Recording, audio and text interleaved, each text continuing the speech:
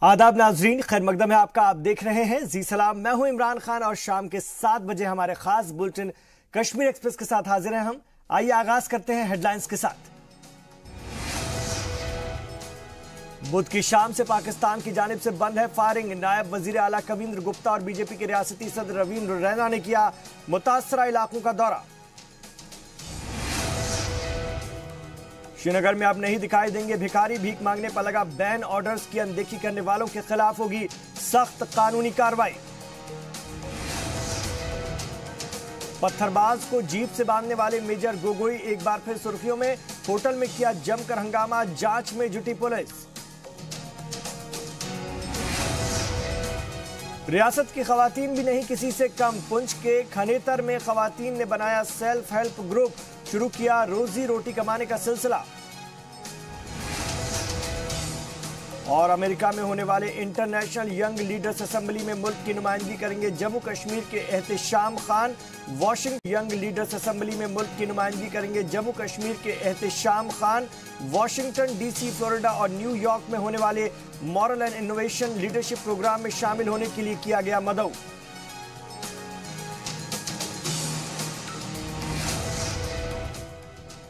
आप देख रहे हैं जी सलाम। सरहदी इलाकों में थोड़ी शांति हुई है। बुध की शाम से पाकिस्तान की जानिब से फायरिंग नहीं हुई है, लेकिन हिफाजती दस्ते हर मुकाबले के लिए तैयार हैं। लोगों को महफूज मकामात पर मुंतकिल करना इंतजामिया की पहली तरजीह है। नायब वजीर आला कविंद्र गुप्ता और रियासती बीजेपी सदर रवींद्र रैना खुद मुतासरा इलाकों का दौरा कर चुके हैं। घर बार छोड़कर स्कूलों और दूसरे मकामात पर पनाह लिए हुए लोगों की सहूलियत का पूरा ख्याल रखा जा रहा है। सर, आपने आप काफ़ी इलाकों में गए तो क्या देखा आपने, और आपको लगता है कि जो इनकी परेशानियां हैं वो ज़्यादा बढ़ चुकी हैं? ऐसा है कि जो डिफरेंट कैंप्स हैं वहाँ सभी जगह मैं जा रहा हूँ, कुछ में हो आया हूँ और कुछ में जा रहा हूँ। प्रशासन की तरफ से जो लोगों को सुविधाएं दी रही हैं वो अपने आप में पर्याप्त है। और आप साथ में ही थे, आपने देखा होगा कि लोगों को बड़ी सेटिस्फेक्शन है। लेकिन लोगों की ये इच्छा है कि एक बार जो है ये जो पाकिस्तान को करारा जवाब दिया जाना चाहिए और हमारे सुरक्षा बल उसको कड़ा जवाब दे रहे हैं। मुझे लगता है कि वही जो जब हमारे स्थानीय लोगों का हौसला बुलंद होता है तो उससे जो प्रशासन को भी एक ताकत मिलती है। सर, बड़े पैमाने पर पलायन हुआ है, कुल 90,000 से ज़्यादा लोगों ने पलायन किया है। क्या इंतजाम किए गए हैं प्रशासन की तरफ से? ऐसा है कि 2014 में जब सरकार आई थी तो यहाँ पर बॉर्डर के लोगों के लिए एक बात कही गई थी, 465 करोड़ रुपया उसके लिए रिलीज़ किया गया है। PWD को कल ही आर्डर हुआ है कि बंकर्स बनाएं और मैं ये बंकर्स निर्माण में हर महीने इनका रिव्यू करूँगा। तो मुझे लगता है कि जल्द से जल्द लोगों को दिक्कत जो होती थी वो उसके लिए निजात मिलेगी। सर, कहीं ना कहीं कंपनसेशन की बात की लोगों ने यहाँ पे कि जो पिछली बार जब हुआ तो कई लोगों की जान गई, कईयों के मकान क्षतिग्रस्त हुए, उनको अभी तक कंपनसेशन नहीं मिला। क्या संज्ञान लिया आपने इसमें? ऐसा है कि अभी सभी लोगों के साथ बैठ करके मेरी चर्चा हुई, प्रशासन के सभी लोगों, DC से भी। लोगों को हमारा ये है कि 1-1 लाख रुपया पहले दिया जाता है, उसके बाद 5 लाख का केंद्र सरकार द्वारा दिया जाता है। लेकिन जिस घर में नौकरी दी जाती है उसमें फिर 5 लाख का प्रावधान नहीं है।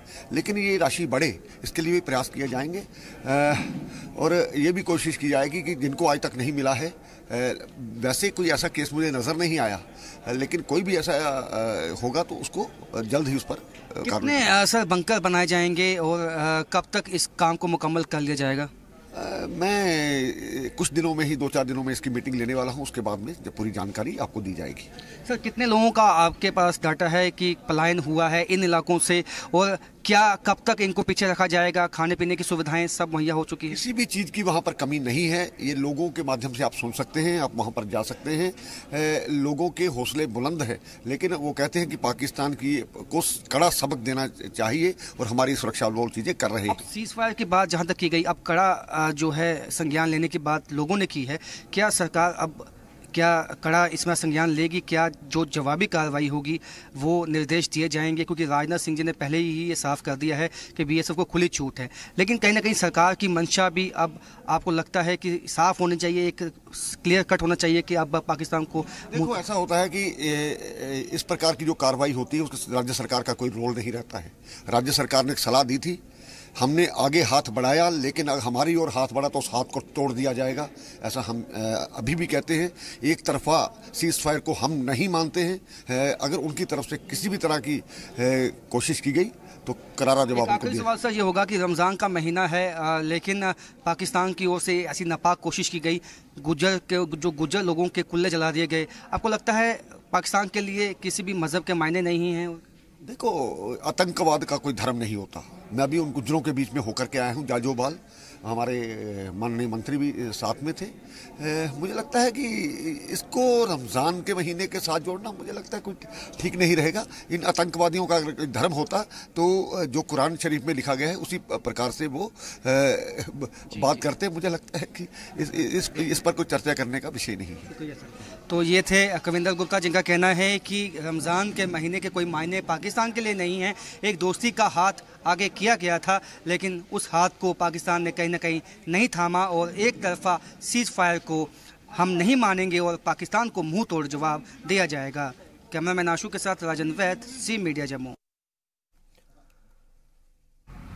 इस वक्त मैक्सिमम जो गांव हैं वो खाली हो चुके हैं, तो लोगों की सुरक्षा को सुनिश्चित करने के लिए क्या गाड़ियां या ज़्यादा नफरी क्या यहाँ पे तैनात की गई है? देखिए, कल रात से जो है फायरिंग, कल शाम से फायरिंग नहीं हुई है, तो काफ़ी लोग जो हैं वापस जा रहे हैं। थोड़ी सी नॉर्मलसी हुई है, पर इससे पहले जो 4 दिन रहे हैं उसमें काफ़ी जो है बॉर्डर हॉट रहा। और जैसे ही ये स्टार्ट हुआ था, हमने अपना जितने रिसोर्सेज थे, हमारे गाड़ियाँ थी, जो मैन पावर थी, राउंड द क्लॉक काम किया उन्होंने। पहले हमने जो यहाँ के जितने पंच सरपंच जो प्रोमिनेंट सिटीजन थे उनके साथ बात करके और लोगों से पब्लिक एड्रेस सिस्टम भी यूज़ किया।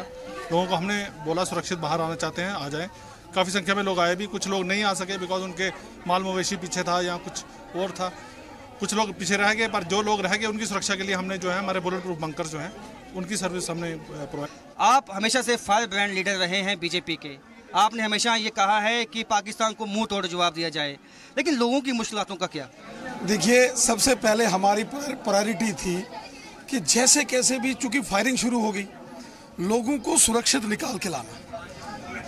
और हालांकि ये जो बार बार फायरिंग होती है, बार बार पाकिस्तान गोले दागता है, पाकिस्तान कहीं ना कहीं एक शरारती तत्व है, राक्षस है।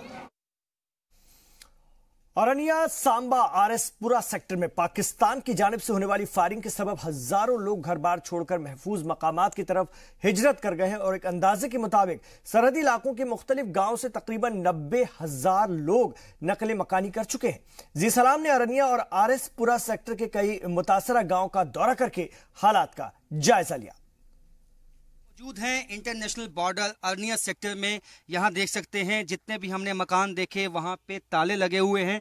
लोगों का यहाँ से पलायन हो चुका है। जिस तरह से पिछले 7-8 दिनों से पाकिस्तान की ओर से सीज फायर वायलेशन किया गया है, उसके चलते खौफज़दा जो लोग हैं यहाँ से वो पलायन कर चुके हैं। यहाँ से पीछे जो प्रशासन की ओर से जहाँ पे उनके लिए इंतज़ामात किए गए हैं वहाँ पे उनको रखा गया है, वहाँ उनकी खाने पीने की सुविधाएं रखी गई हैं। लेकिन जो लोग अपने मकान को छोड़ने में मजबूर हो गए वो आज भी परेशान हैं और उनको एक ही उम्मीद है जल्द से ये फायरिंग रुके और वो अपने घर वापस जा सके। अभी हम मौजूद हैं आरएसपुरा सेक्टर है, इंटरनेशनल बॉर्डर। यहाँ देख सकते हैं ये दुकानें भी लगभग सब बंद हो चुकी हैं। यहाँ पे जो लोग पलायन कर चुके हैं, अपने काम को काज को छोड़ के यहाँ से गए हैं, दुकानें बंद हैं, कामकाज ठप है, बच्चों के स्कूल बंद हैं। सभी तमाम तरह की मुश्किलातें इन लोगों को पेश आ रही हैं। हालांकि इनके लिए इंतजामात किए गए हैं पीछे, लेकिन कहीं ना कहीं अपनी दुकानों को बंद करके अपने कामकाज का जो इनको नुकसान उठाना पड़ा है, ये इसकी भरपाई मुश्किल से ही होगी। अभी हम मौजूद हैं इधर अरनिया के साथ, ये आरएसपुरा सेक्टर में ये मौजूद हैं। यहाँ पे तमाम जो मकान हैं, दुकानें हैं, वो बंद हो चुकी हैं और तकरीबन सभी लोगों का पलायन हो चुका है। कैमरामैन आशु के साथ राजन वैद, जी मीडिया जम्मू। मुस्तकिल होने वाली फायरिंग से लोग भी आजिज आ चुके हैं और दिन अगर हम बात करते हैं तो जान बचाने के लिए लोगों को अब घर बार छोड़ना पड़ता है। ऐसे ही लोगों से जी सलाम ने मुलाकात की। इन सभी को एक स्कूल में रखा गया और उनका कहना है कि सरहदी तनाज़े को हमेशा के लिए सुलझाना होगा। पाकिस्तान की शेलिंग के चलते जो सीमावर्ती इलाकों से लोगों का पलायन हुआ है, पिछले 8 दिनों से लोग यहाँ पे पड़े हुए हैं पीछे, जहाँ पे प्रशासन ने इनके लिए इंतजामात किए हैं, लेकिन अपने घरों से दूर अब इनका सब्र का बांध टूटने लगा है। हमारे साथ कुछ लोग हैं जो सीमावर्ती इलाकों के पिछले 7-8 दिनों से यहीं पे है। यहाँ आरसपुरा में पीछे कम्युनिटी हॉल में इनके लिए इंतजामात किए गए हैं, लेकिन अब भी इनको जो उम्मीद है कि ये जल्दी जो फायरिंग है ये रुके और अपने घरों में जाकर अपनी जो मामूल की ज़िंदगी है वो वहाँ पे एक निभा सके और कर सके। इस पे बात करेंगे। नाम बताएं अपना। मनजीत सिंह। मनजीत जी, कितने दिन हो गए और अब ऐसा देखने को मिला है कई लोगों का यहाँ सब्र का बांध भी टूटा गया है, क्या चाहते क्या हैं लोग? यही चाहते हैं कि थोड़ी शांति हो और हम अपने घरों में जाके अपना कारोबार करें। कितना नुकसान हो रहा है यहाँ? नुकसान तो बहुत हो रहा है, सभी लोग बेकार बैठे हुए हैं। जो कोई गाड़ी चलाता है वो भी घर में बैठा हुआ है, जो कुछ कोई काम कर रहा है, किसान भी इधर बैठे हुए हैं परेशान हैं। हमारे पशु जो हैं उधर ऐसे भूखे मर रहे हैं, कोई पानी पिलाने वाला भी नहीं है जी। कुछ और लोग हैं सीमावर्ती इलाकों के। कितने लोग आपके गांव के जो हैं यहाँ पे पलायन करके वापस पहुँचे हैं यहाँ पे? सर पूरा गांव है, पूरा गांव इधर 8 दिन हो गए इधर बैठे हुए सर। जो पाकिस्तान से गोला आता है पूरे गांव को नष्ट कर दिया उसने सर। जो हमारे बच्चे हैं उनकी पढ़ाई खराब हो रही है, इधर बैठे हुए हैं हम। अभी धान का टाइम है, हमारे धान लगाने का टाइम है सर। इधर बैठे हैं, पार से गोला आता है। ज़्यादा ये भी जवाब दें, करारा जवाब दें। अभी सारे गांव वाले पीछे हैं, करारा जवाब देना चाहिए। कौन सा गांव है आपका? चंदूचक सर। चंदूचक में काफ़ी नुकसान हुआ है। ऐसे में ऐसा देखने को मिलता है हर 3 महीने के बाद ऐसी ही स्थिति बन जाती है। अब एक स्थायी हल क्या चाहते हैं आप लोग? हाल जय जानदार आर बार का हो जाना चाहिए काम, जंग होनी चाहिए, यहाँ तो शांति होनी चाहिए। हमारे बच्चों की पढ़ाई खराब हो रही है, इधर बैठे हुए बेरोजगार पशु मर रहे हैं हमारे। अभी धान का टाइम है, धान लगाने का सर। हमारा देखो पूरा बीज खराब हो गया है धान का। कुछ और लोग हमारे साथ मौजूद हैं। नाम बताएं। रशपाल कुमार। रशपाल, यहाँ पे ठीक है आपका जो परिवार है यहाँ पे पहुँचा है, पीछे अपने चंदूचक गांव को छोड़ के आप यहाँ पे आए, लेकिन यहाँ इतने दिन हो गए, क्या आपको लगता है कि अब एक स्थायी हल निकलना चाहिए? क्योंकि घर को छोड़कर कब तक कोई पीछे बैठ सकता है? ये तो हम पिछले 3 साल से बोल रहे हैं कि स्थायी हल होना चाहिए। हर बार न्यूज़ आती है स्थायी हल होगा होगा, पता नहीं कब। इतने परेशान हो गए हैं, जब भी पीछे जाते हैं थोड़े से पैसे कमाते हैं, 3 महीने बाद सभी खर्च हो जाते हैं। तो बच्चों का फ्यूचर बिल्कुल बेकार हो गया। मेरी छोटी सी बच्ची थी, फायर सुना और रात को ऐसे उसको झटका लगता है, 8 दिन से बुखार नहीं जा रहा उसको। बच्चे छोटे छोटे बहरे हो जाएंगे, कहाँ जाएंगे हम? तो मुझे ये बताएं कि वहाँ पे अब पूरा गांव खाली है, वहाँ पे अब आपको क्या लगता है कि इस वक्त बीएसएफ को एक कड़ी कार्रवाई करनी चाहिए? और जिस तरह से सरकार ने सीज फायर किया रमज़ान के महीने में, क्या ये करना चाहिए था? ये तो करना चाहिए था। वो हमारे त्योहार बेकार करते हैं, उनके भी होने चाहिए सालों के, सबके होने चाहिए। मेरे कहने का मतलब ये है कि आपको लगता है कि हमने, भारत ने उनको एक दोस्ती का पैगाम दिया, लेकिन पाकिस्तान ने इसका सही जवाब नहीं दिया। वो तो मानेगा नहीं, वो देगा भी नहीं सही जवाब, वो गलती जवाब देगा। अभी सुबह एक बंदा ट्रैक्टर लेके वो हल चलाने गया, उस पर फायर कर दिया उसने। बाहर नहीं निकलने दे रहे किसी को। तो आप देख सकते हैं यहाँ स्थिति कैसी है। पिछले कई दिनों से लोग यहाँ पे मजबूरी में यहाँ बैठे हुए हैं। कम्युनिटी हॉल है, प्रशासन ने जहाँ पीछे जो है सेफ जगह पे इनका इंतजामात किए हैं, लेकिन इनके पशु हैं, इनके बच्चे हैं जिनकी पढ़ाई जो है मुतासिर हुई है, और इनका कहना है एक स्थायी हल सरकार को निकालना होगा। कैमरामैन आशु के साथ राजन वैद, जी मीडिया जम्मू। और पीडीपी यूथ विंग के कारकुनान ने आरएसपुरा के सरहदी इलाकों का दौरा किया। उन्होंने पाकिस्तान की जानिब से फायरिंग की वजह से घबराकर घर बार छोड़ रहे लोगों के जो कैंप है वहां पर जाकर उनसे मुलाकात की और उनका हालचाल जाना। पीडीपी यूथ विंग वर्कर्स ने कैंप में रह रहे पनागुज़ीनों के बीच खाने पीने का सामान भी बांटा। इतना ही नहीं, नौजवान लीडरों ने समाजी तंजीम और आम लोगों को बुरे वक्त में इन लोगों का साथ देने की और इनकी मदद करने की बात कही। पीडीपी के यूथ कारकुनान ने सरकार से गुजारिश की है कि बॉर्डर पर रहने वालों की हिफाजत के लिए मजबूत कदम उठाए जाए।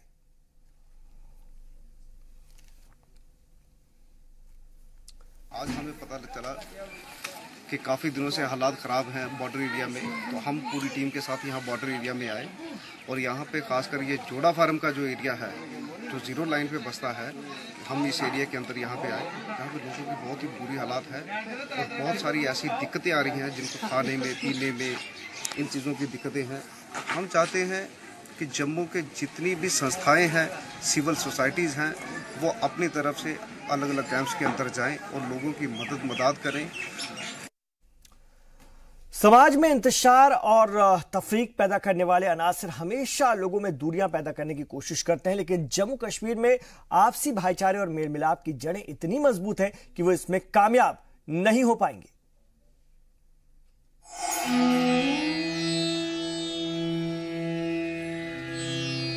जम्मू कश्मीर की तहजीब व सकाफत, बाहमी इत्तेहाद, फिरकवाराना हम आहंगी और आपसी भाईचारे की बुनियाद पर कायम है। ये इतनी मुस्तहकम है कि हजारों कोशिशों के बावजूद इस जज्बे को दबाया नहीं जा सका है। इस कल्चर की अपनी खासियत और अलामतें हैं जिनसे तहजीबी व सकाफती रवायतों को मजबूती मिलती है। जम्मू के मज़ाफ़ाती इलाके में पंजपीर का आस्ताना इसकी एक बेनज़ीर मिसाल है। जम्मू श्रीनगर कौमी शाहराह पर वाक़े 5 पीरों के इस आस्ताने पर हर मजहब, हर फ़िरक़े और हर रंग व नस्ल के लोग हाज़री देते हैं। यहाँ पे ये नहीं हम बोल सकते कि खाली मुस्लिम लोग ही इस ज़ियारत पे आते हैं। ये प्यार, मोहब्बत और भाईचारे का प्रतीक बताती है।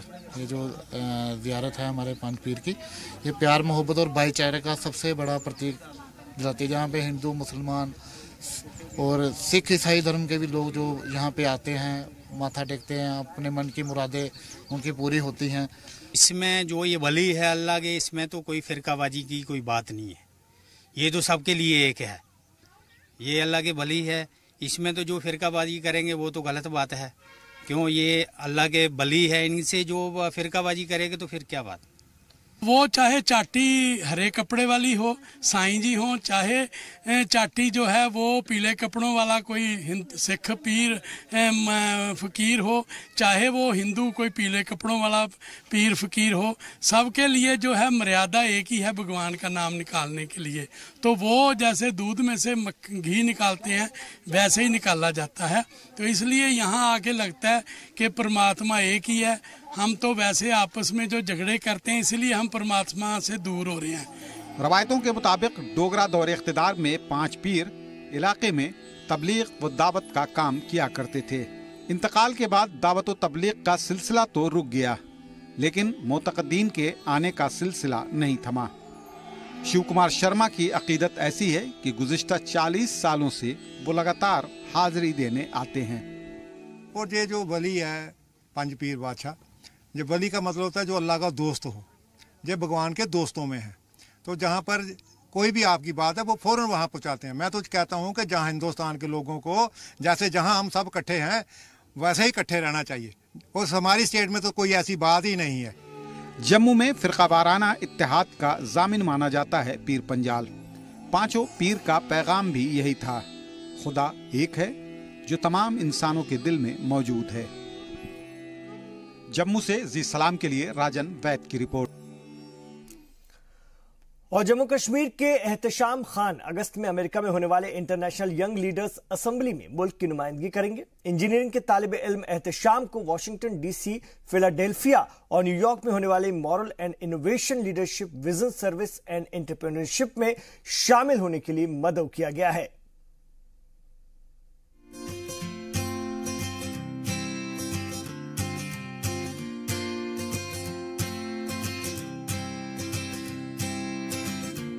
इंसान अपनी तवानाई मुस्बत कामों में सर्फ करे तो इसका नतीजा भी बेहतर निकल सकता है।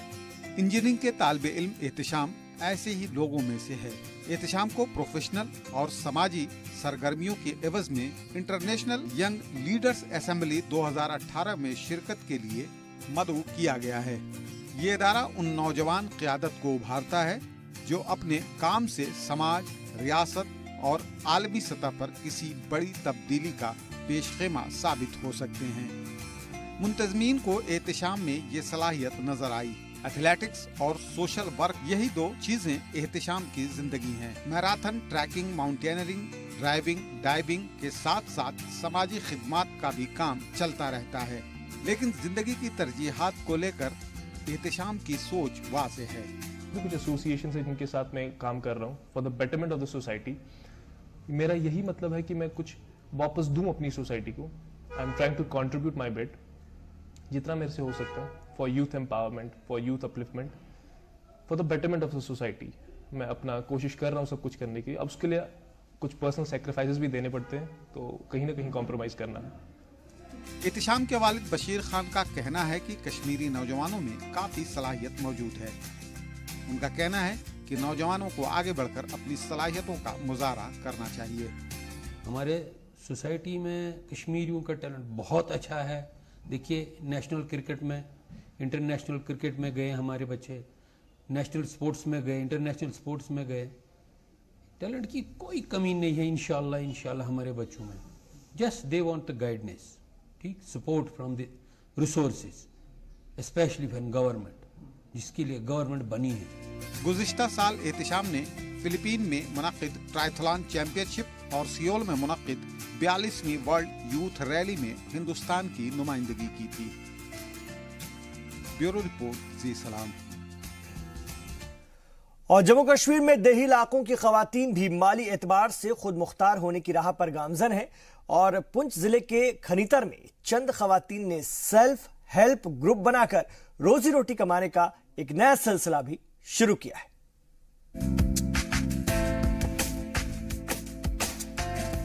गांव देहात में ख्वातीन का खेतों में काम करना कोई नई और अनोखी बात नहीं है। शुमाली हिंद की रियासतों में औरतों को अक्सर खेतों में काम करते देखा जाता है, लेकिन खनीतर की यह तस्वीर थोड़ी मुख्तलिफ है। ये मुआविन का काम नहीं कर रही हैं खेतों में। कुदाल लेकर खुद ही क्यारियां बनाती हैं, बीज डालती हैं और तैयार होने तक इनकी देखभाल करती हैं। एक तरह से ये खेत इस वक्त इन्हीं की मिल्कियत है और यही इसका इस्तेमाल भी करती हैं। ये सिर्फ साग सब्जियां बोती और काटती ही नहीं है, बल्कि बेचने की जिम्मेदारी भी इन्होंने खुद ही उठा रखी है। ये काम इनफरादी सतह पर नहीं हो रहा है। कई ख्वातीन ग्रुप बनाकर इस काम को अंजाम दे रही हैं। सेल्फ हेल्प ग्रुप में कॉलेज जाने वाली लड़कियां भी हैं तो घरेलू ख्वातीन भी। इस काम को वो तिजारत के तौर पर फरोग देना चाहती हैं। टाइम फ्री होता है तो हम मतलब खेती बाड़ी का काम भी कर लेते हैं। पहले तो हमें अकेले थे, हमें इतना पता नहीं था तो क्या करना तो क्या नहीं कर रहे थे। जब हम 3-10 लड़कियां मिली हैं तो मिल के हमें दूसरे को पूछा क्या करना है, कैसे लगाना है, भिंडी कैसे लगानी है, राजमा कैसे लगाना है। ऐसे हम मिल के सब लड़कियां, 2 लड़की हैं तो मिल के हमें अपना सब कुछ इंतजार किया। और हमने थोड़ा थोड़ा बीज लेके उसको मतलब कमाना शुरू किया। तब तो हमने क्या किया कि देखा कि थोड़ा मतलब इससे ज़्यादा होने लगा, तो फिर हमने ऐसे करते करते थोड़ा मतलब ज़्यादा होने लगा। उस वक्त हमने महकमे वालों से और बीज लेकर तो मतलब सब्जी की कमाई करनी शुरू की। तो अब इंशाल्लाह ठीक ठाक सब्जी हो रही है। खनीतर इलाके के लिए ये बिल्कुल नई चीज है। मुनज़्ज़म तरीके से सेल्फ हेल्प ग्रुप बनाकर खेती करना एकदम नई बात है। महकमा ज़राअत भी इस अमल की तारीफ कर रहा है। उसे लगता है कि दूसरे इलाके की ख्वातीन को भी इस काम की तरगीब दी जा सकती है। तो ये कि वीमेन जो औरतें हैं पहले भी काश्तकारी के साथ इनका ताल्लुक़ रहा है। ये घर में किचन गार्डनिंग या मुर्गी पालने या दूसरे तीसरे काम करती थी, मगर हाँ अब हम चाहते हैं कि औरतें घर के उस आंगन से निकल के कमर्शियल लेवल पे काम करें। तो उसी प्रोग्राम की एक कड़ी है कि हमने एक जो ग्रुप मरतब किया खनीतर में औरतों का, और जिन्होंने मिल के एक प्रोग्राम चलाया वहाँ पे और सब्जियों की काश्त की। काश्तकारी के काम में ख्वातीन की शमूलियत से घर के मर्दों को भी सहारा मिला है। एक तरफ पैदावार में इजाफा हो रहा है तो दूसरी तरफ मुनाफे में भी। हमें बहुत अच्छा लग रहा है। देखो हमारी ये खेती हमारी अपनी है, इसमें हम पहले खाली इसमें फसल धान या मक्की कमाते थे। अभी हम हर किस्म की सब्जी यहाँ उगाते हैं।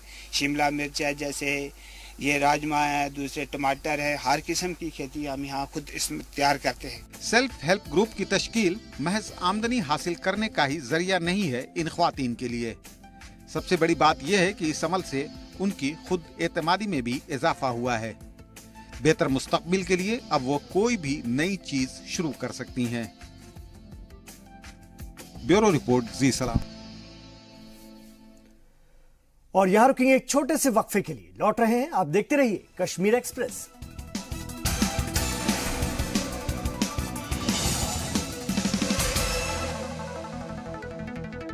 आप देख रहे हैं कश्मीर एक्सप्रेस। ब्रेक के बाद आपका खैर मकदम है। जम्मू कश्मीर सरकार ने श्रीनगर में पब्लिक प्लेसेस और मजहबी मकामात पर भीख मांगने पर पाबंदी लगा दी है। यहां तक कि इसकी खिलाफ वर्जी करने वालों को गिरफ्तार करने के ऑर्डर भी जारी कर दिए गए हैं। श्रीनगर के डिप्टी कमिश्नर सैयद आबिद रशीद शाह ने इस बारे में ऑर्डर जारी किए हैं। इस ऑर्डर में कहा गया है कि भीख मांगना Jammu Kashmir beggary prevention act 1960 के तहत कानूनन जुर्म है और यह ऑर्डर की अनदेखी करने वालों के खिलाफ सख्त कार्रवाई की जाएगी। रियासती सरकार के इस फैसले के बाद कि अब जो भी बेगर सिग्नल पॉइंट्स वगैरह पे थे उनको यहाँ से निकाल दिया गया। हमारे साथ चंद लोग मुअज़्ज़ज़ शहरी है, शहर श्रीनगर से वाबस्ता हैं। अपना तारुफ कराएं। मेरा नाम अबरार खान है, मैं बटमालू से हूँ जी। अबरार भाई, आपको कैसा लगता है ये जो डिसीजन गवर्नमेंट ने लिया? रमज़ान का महीना है, उसके बाद ये लोग इनकी जो कमाई होती थी इसी महीने में होती थी। हम भी इंसान हैं, हम भी मुख्तलिफ ज़ावियों से, आप किस तरह से डिसीजन को लेते हैं? वैसे तो it should be broadly welcome because of the reason कि ये एक माफिया है जो आप जिनके हम बात कर रहे हैं, एक माफिया की तरह काम करते हैं। It's a well organised mafia जिनका प्रॉपर नेटवर्किंग है and I think we should congratulate the concern DC जिसने इतने स्टर्नली इस पे एक्शन लिया। I think he is the first DC to take a step on this thing. We congratulate him. और उसके साथ यस ऑब्वियसली कहते हैं गेहूँ के साथ गुण भी पिसता है। कुछ जो हमारे कह सकते हैं कि जो ज़रूरतमंद लोग हैं जिनकी ज़रूरत है वो भी डेफिनेटली अफेक्ट होंगे। उसके लिए गवर्नमेंट को कोई ना कोई इक़दाम तो उठाना पड़ेगा। There should be some system, कुछ सोशल ऑर्गेनाइजेशंस आगे आनी चाहिए जो इसका ब्रंट ले लें और इसके ऊपर जो इनकी आइडेंटिफिकेशन एंड उनकी रिहेबिलिटेशन दोनों को चाहे तो सोशल लेवल पे या चाहे गवर्नमेंट लेवल पे परस्यू करें।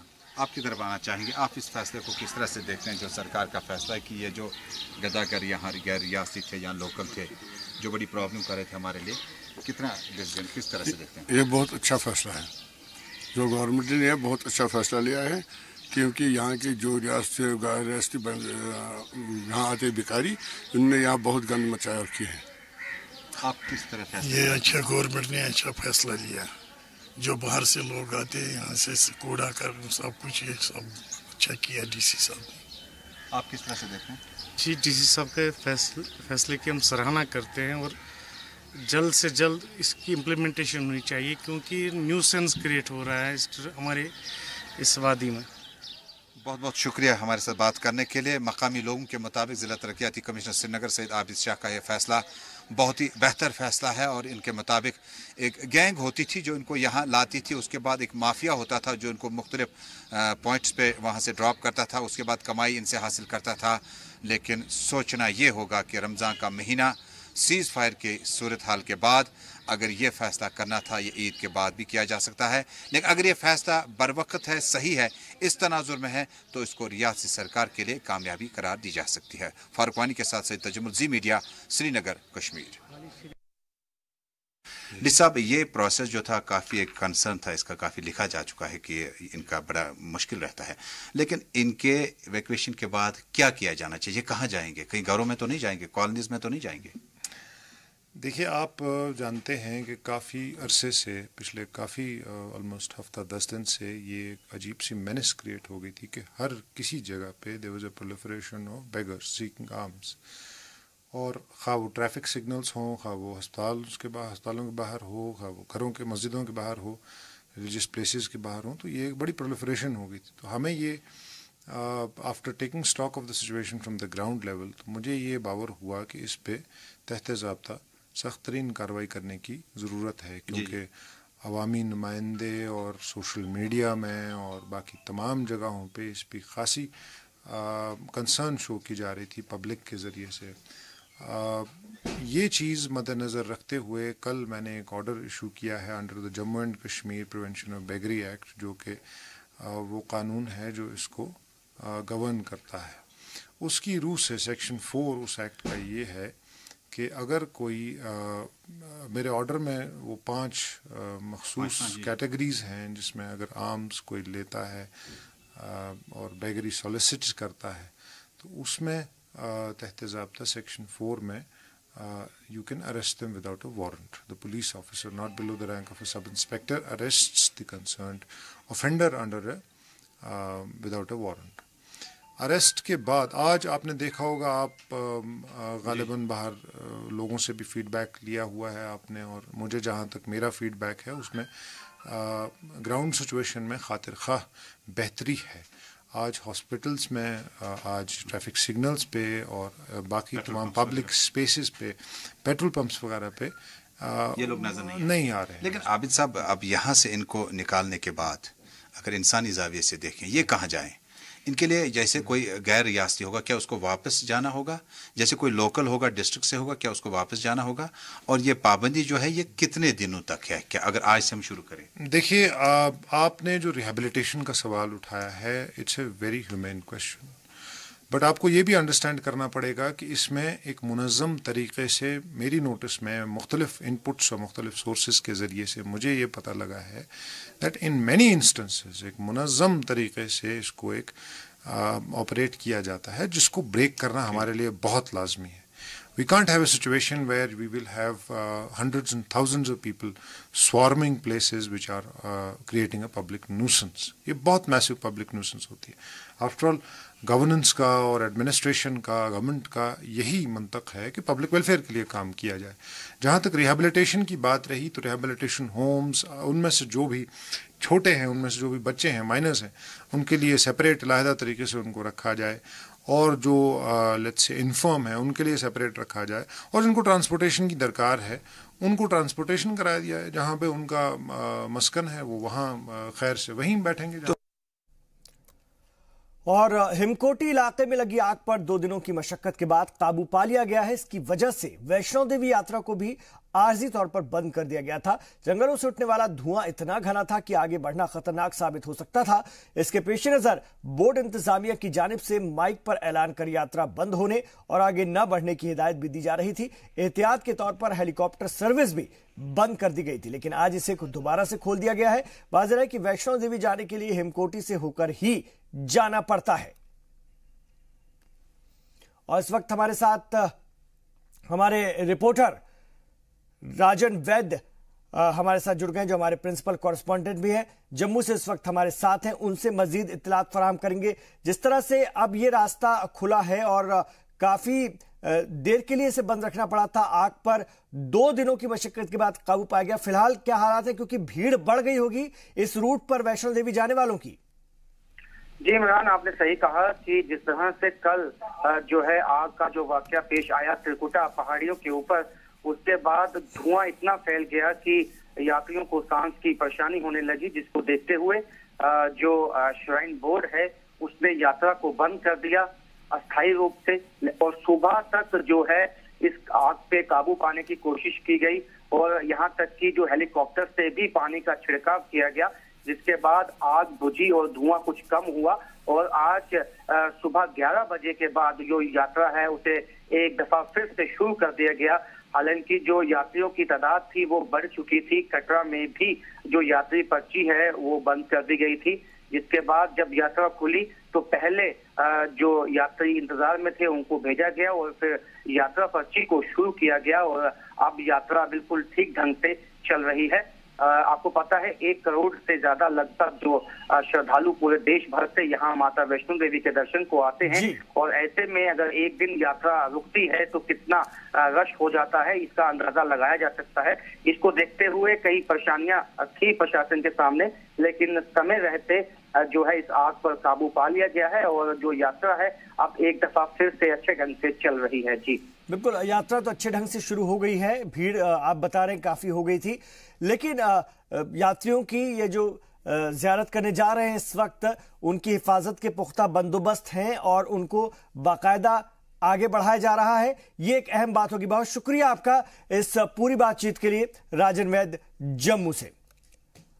और तामीरात आम्मा के वजीर नईम अख्तर ने पुलवामा में चल रहे तरक्याती मंसूबों का जायजा लिया। जिला तरक्याती बोर्ड की मीटिंग के दौरान वजीर ने गुज़िश्ता माली साल के प्रोजेक्ट के हवाले से तफसीलात भी तलब की है। इन तमाम मंसूबों को मुतय्यना मुद्दत में पूरा करने की हिदायत भी दी गई है। मीटिंग के दौरान तरक्याती कामों के लिए जारी किए गए बजट का हिसाब किताब भी पेश किया गया। रिपोर्ट के मुताबिक पुलवामा DDB को माली साल 2017-18 में कुल 130.03 करोड़ रुपए अलॉट हुए थे। इनमें से 79.03 करोड़ रुपए जारी किए जा चुके हैं, जिनमें से तकरीबन 77 करोड़ रुपए मुख्तलिफ तरक्याती मंसूबों में खर्च किए जा चुके हैं। डीसी ऑफिस कॉम्प्लेक्स में मुनक्किद मीटिंग में वजीर ज़राअत मोहम्मद खलील बंद, ट्रांसपोर्ट वजीर जहूर अहमद मीर, गुज्जर बकरवाल एडवाइजरी बोर्ड के चेयरमैन गुलजार अहमद खटाना, रुकन पार्लियामेंट नजीर अहमद, रुकन असम्बली मुश्ताक अहमद शाह के अलावा डीडीसी और मुख्तलिफ महकमों के अफसरान शामिल हुए।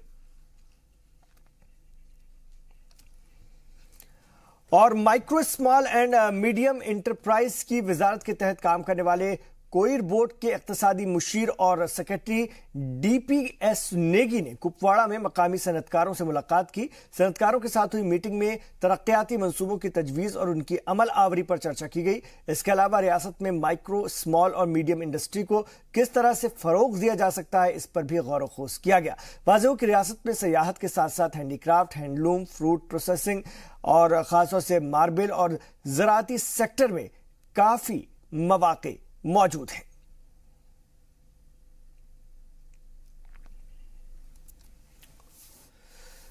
कठुआ में महकमा जंगलात और कठुआ सोशल फॉरेस्ट्री की जानिब से एक बेदारी प्रोग्राम का एहतमाम किया गया। इस प्रोग्राम के जरिए नौजवानों को खास तौर से एनवायरनमेंट में बायोलॉजिकल बैलेंस की अहमियत समझाई गई। उन्हें बताया गया कि हमारे माहौल और आबो हवा के लिए दरख्त कितने जरूरी हैं। इस मौके पर फॉरेस्ट खास तौर से एनवायरनमेंट एंड इकोनॉमी अगर हम बात करते हैं इकोलॉजी मिनिस्टर राजीव जसरोटिया भी मौजूद रहे। इस दौरान ऑर्गेनाइजर्स की जानिब से लगाए गए ग्रीन फ्रेंडली प्लांट्स की नुमाइश भी लगाई गई, जिसमें कि नौजवानों को बताया गया कि इस तरह के प्लांट्स हमारे एनवायरनमेंट में बैलेंस को बनाए रखने और आलूदगी को दूर करने में कितने मददगार होते हैं। आज यहाँ पे एक बायोडाइवर्सिटी प्रोग्राम किया गया है, जिसके ऊपर यहाँ पर अलग अलग स्पीसीज के बारे में हमें उनकी इंपॉर्टेंस के बारे में बताया गया, ताकि हम अपनी बायोडाइवर्सिटी को अच्छी तरह कंजर्व कर सकें, बिकॉज ये बायोडाइवर्सिटी हमारे लिए बहुत ज़्यादा इंपॉर्टेंट है। यहाँ बायोडाइवर्सिटी कितनी इंपॉर्टेंस है हमारे लिए। आज हर एक जगह हमें पॉलीथीन्स दिखते हैं, प्लास्टिक्स दिखते हैं, नॉन बायोडिग्रेडेबल थिंग्स जितनी भी है हमारे पास, उनकी वजह से हमारा वातावरण दूषित हो रहा है, जिसकी वजह से हमारे फ्रेंडली जो बर्ड्स हैं, इंसेक्ट्स हैं, वो मर रहे हैं। आज जो स्पैरोज जो हमें बड़ी ज़्यादा मात्रा में दिखती थी, आज वो बिल्कुल ही दिखना बंद हो गई हैं। और किश्तवाड़ में नेशनल कॉन्फ्रेंस कारकुनान ने पेट्रोल और डीजल की कीमतों में हो रहे इजाफे को लेकर एहतजाज किया। इस मौके पर नेशनल कॉन्फ्रेंस के जिला सदर अहमद कचरू ने बीजेपी और पीडीपी पर जमकर निशाना साधा। उन्होंने कहा कि बीजेपी और पीडीपी को आम लोगों की परेशानियों से मतलब नहीं है और ये सिर्फ हुकूमत चाहते हैं।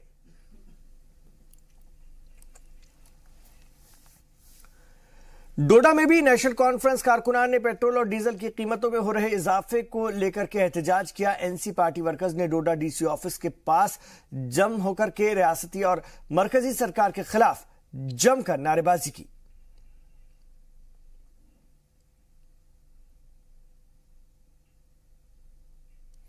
और त्राल में पेश आए एक रोड हादसे में एक बुजुर्ग की मौत हो गई। खबरों के मुताबिक बजवानी इलाके में बुजुर्ग गुलाम अहमद शेख एक तेज रफ्तार सूमो की चपेट में आ गए और मौके पर ही उनकी मौत हो गई। 70 साल के गुलाम अहमद त्राल के हमाम मोहल्ला के रहने वाले बताए जा रहे हैं। फिलहाल पुलिस ने मामला दर्ज करके फरार ड्राइवर की तलाश शुरू कर दी है।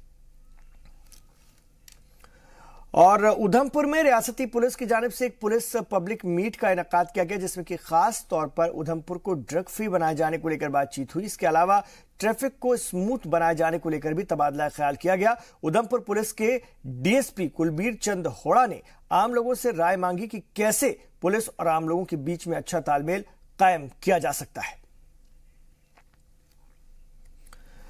भदरवाह में राष्ट्रीय राइफल्स की जानिब से let's build the nation programme का इनेकाद किया गया, जिसके तहत डिबेट, एक्सटेम्पोर, क्विज और डांस जैसे कॉम्पिटिशन्स करवाए गए। तकरीबन 300 से ज्यादा बच्चों ने इनमें बढ़ चढ़कर हिस्सा लिया और अपनी अपनी फनकारी का जौहर दिखाया। प्रोग्राम में शामिल बच्चों का जोश देखते ही बन रहा था। लोगों की माने तो भदरवाह में यह अपनी तरह का पहला प्रोग्राम था। इधर वजीर आला की मुदाखलत के बाद आखिरकार सोपोर में ओल्ड बस स्टैंड के सड़क किनारे रोजी रोटी कमाने वालों पर इंतजामिया को रहम ही आ ही गया। कश्मीर के डिविजनल कमिश्नर की हिदायत के बाद ओल्ड बस स्टैंड के स्ट्रीट वेंडर्स को जनरल बस स्टैंड पर जगह दे दी गई है। एडीसी सोपोर ने यकीन दिलाया कि जल्द ही इन लोगों के लिए कोई जगह अलॉट कर दी जाएगी। एक छोटा सा वक्फा हम यहां पर ले रहे हैं, लौटेंगे। आप देखते रहिए कश्मीर एक्सप्रेस।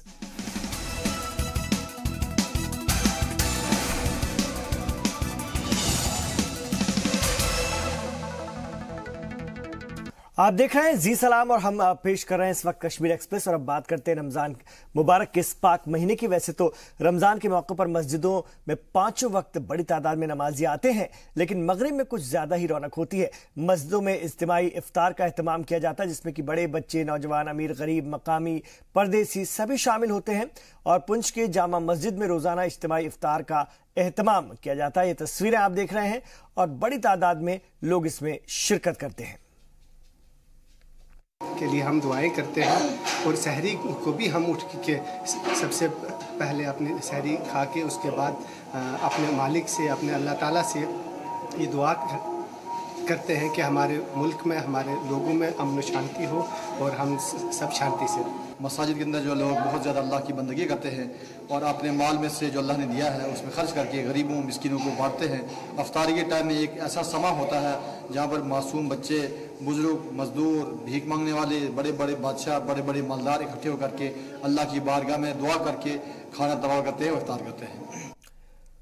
और पुंछ के बनवाट इलाके में लोग पीने के पानी की परेशानी का सामना कर रहे हैं। इलाके में लोग पीने के लिए पानी खरीद कर ला रहे हैं। मकामी लोगों की माने तो ये लोग इंतजामिया और महकमा पीएचई के कई चक्कर लगा चुके हैं, लेकिन पीने के पानी का इंतजाम नहीं हो पाया है। देखो इस वक्त आप देखो ये क्या हालत है। इस वक्त माह रमजान का महीना है और इस वक्त ये देखो औरतें इधर बैठी हैं, पूरा दिन धूप में, एक गड़बा पानी का दिन में होता है और कोई गाड़ी अगर आती है, कोई कम से कम 15 दिन में एक गाड़ी मिलेगी अगर, और बाकी सब लोग जो है वो पानी कीमती लाते हैं। तो मैं इस गवर्नमेंट से ये कहना चाहता हूँ कि आप किसके बड़े बड़े दावे आप कर रहे हो। आप बोल रहे हो जी हम ये कर रहे हैं, हम फलान कर रहे हैं, लेकिन देखो यहाँ इस वक्त मुल्क की क्या हालत है। यहाँ हमारी ये जो ये गाँव बनवत है, इसमें आप देखो कि पानी की क्या पोजीशन है। हम 30-40 आदमी पीएचई के दफ्तर में गए, वहाँ से वो पूरा महकमा हमने ऊपर उधर डोकरी चश्मा पे लेके गए, लेकिन कोई सुनाई हमारी नहीं हुई। तो हम इधर खरीद के लाते हैं पानी गाड़ियों से, तो हम तो ले आते हैं, लोग जो हैं पहाड़ी वाले वो कहाँ से लाएं। इधर या कोई हैंडपम्प हो या कुछ, पहले बोल रहे थे बोर निकलेगी, कुछ नहीं निकला। तो हमें काफ़ी परेशानी है।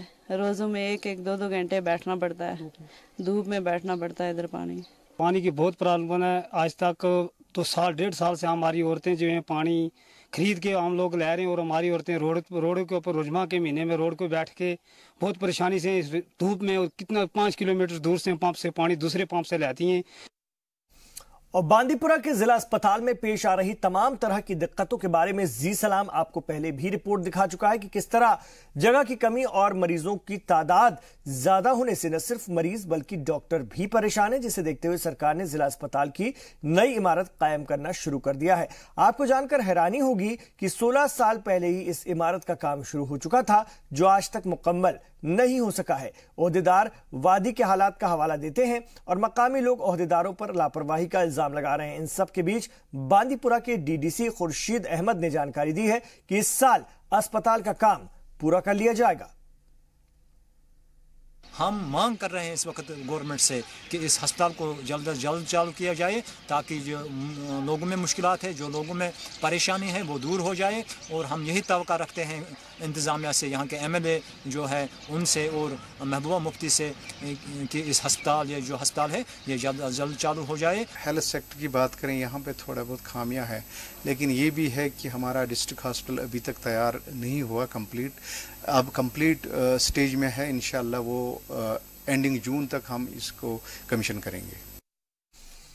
रियासती महकमा तालीम के मुलाजमीन का श्रीनगर सेक्रेटरिएट मार्च पुलिस ने नाकाम कर दिया है। मुजाहिरीन को रोकने के लिए पुलिस ने ताकत का भी इस्तेमाल किया, जिसमें कि कई मुलाजमीन जख्मी भी हुए।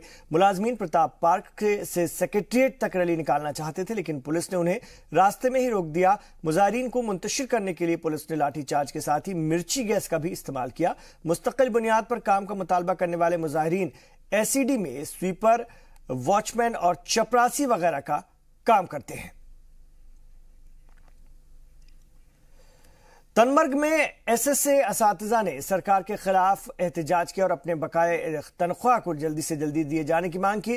तनमर्ग के तहसील ऑफिस के सामने एहतजाज कर रहे एसएसए टीचर्स ने बताया कि पिछले 6 महीने से उन्हें तनख्वाह नहीं दी गई है। रमजान का महीना चल रहा है और इसका घर उनका सालाना खर्चा चलाना भी मुश्किल हो रहा है। उन्होंने वजीर आला से गुहार लगाई कि जल्द से जल्द उनकी तनख्वाह रिलीज की जाए। इसलिए कि अपना फंडामेंटल जोड़ने के लिए हम सर को ये कहना चाहते हैं कि जल्द जो ये मसला है करवाएं। अगर ये मसला ईद तक 10 दिनों के अंदर अंदर 15 दिनों के अंदर हल नहीं होता है तो हम इंडेफिनिट जो है उस पर जाने के तैयार हैं। वो अपने बच्चों को पूछते हैं अब बाबा हमारे लिए क्या लाया, लेकिन 6-6 महीने से 4-4 महीने से सैलरी बंद पड़ी है तो क्या देगा अपने बच्चों को।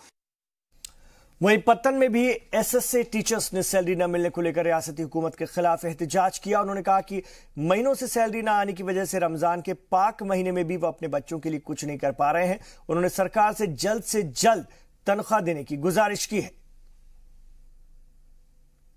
ये सिर्फ एसएसए सैलरी के लिए डीलिंग का जो मसला है, क्योंकि जो असेंबली में बजट में रखा है कि हमने डीलिंग एसएसए सैलरी की डीलिंग कर दी, लेकिन आज तक ये जो गवर्नमेंट है ये सबूत बॉक दिखा रहे हैं। पिछले हफ्ते में भी हमने एक बहुत बड़ा प्रोग्राम किया है। अगर गवर्नमेंट ने हमने ये डीलिंग का मसला हल नहीं किया है तो हम स्कूलों को ताला लगाकर इंडेफिनिट स्ट्राइक पर जाने वाले हैं। उधर बनिहाल में भी जम्मू कश्मीर रहबर तालीम टीचर्स एसोसिएशन ने रियासती सरकार के खिलाफ एहतजाज किया। टीचर्स ने डाक बंगले से एक और रैली निकाली और नारेबाजी भी की। उन्होंने नाराजगी की वजह वक्त पर तनख्वाह न आना बताया। उन्होंने कहा कि सरकार कभी वक्त पर तनख्वाह नहीं देती, इस बीच घर चलाना बहुत मुश्किल हो जाता है। सोपोर में भी रहबर तालीम असातिज़ा ने अपनी तनख्वाह को लेकर के एहतजाज किया। असातिज़ा का कहना था कि महीनों से सैलरी न मिलने की वजह से रोज के खर्चे चलाना मुश्किल हो रहा है। उन्होंने कहा कि इन हालात में वो ईद भी नहीं मना पाएंगे। हम जब सैलरी मांगते हैं 4 महीने के बाद हमें 1 महीना मिलता है और उसके बाद हमें उसके लिए भी हमें प्रोटेस्ट करना पड़ता है और उसके लिए भी कौम के मेहमानों पे डंडे बरसाए जाते हैं, उनको नीले पानी से नहलाया जाता है, उनको कैदों में बंद किया जाता है, उनको जेलों में ठूसा जाता है। लेकिन अभी तक on the floor of the house ex finance minister जो हमारे हसीब द्राबुत है उसने ये फ्लोट आइडिया किया है कि हम ये डिले करना चाहते हैं। ऑनरेबल सीएम ने बजटरी स्पीच में ये कहा है कि हम इसको डिले करें। अब हम टीचर्स को सड़कों पे आने की जरूरत नहीं है। हमारी मोदिबाना गुजारिश है, खास करके मैं जो हमारी ऑनरेबल चीफ मिनिस्टर मोहतरमा महबूबा मुफ्ती साहिबा से गुजारिश करता हूँ कि इस मसले को सीरियसली ले। और अभी हम आपको will be providing you one copy of the memorandum. और बांदीपुरा में भी सैकड़ों की तादाद में रहबर तालीम टीचर्स ने अपनी तनख्वाह की मांग की। उन्होंने कहा कि महीनों से सैलरी न मिलने के बावजूद हम स्कूलों में बच्चों को पढ़ाने जा रहे हैं, लेकिन सरकार की लापरवाही ने हमें स्कूल से रोड पर लाकर खड़ा कर दिया है। जिसमें हमारी एक ही डिमांड है, वो है delinking of SSA salary and absorbing it to state budget. हम यही चाहते हैं। अगर हमारा ये मुतालबा पूरा नहीं हुआ तो रियासत गिर एहतजाज छेड़ा जाएगा। जिस बांडीपुरा से इसमें इफेक्टेड टीचर्स 300 के करीब हैं, वो बिल्कुल स्टार्विंग में है, वो बिल्कुल फाका कशी कर रहे हैं। हमारे बहुत सारे टीचर्स ऐसे हैं जिनके बच्चे बीमार हैं, जिनकी फैमिलीज में बहुत सारी परेशानियां हैं, वो कूप अप नहीं कर पा रहे हैं। तो इन तमाम खबरों पर हमारी नजर बनी हुई है। आप देखते रहिए जी सलाम।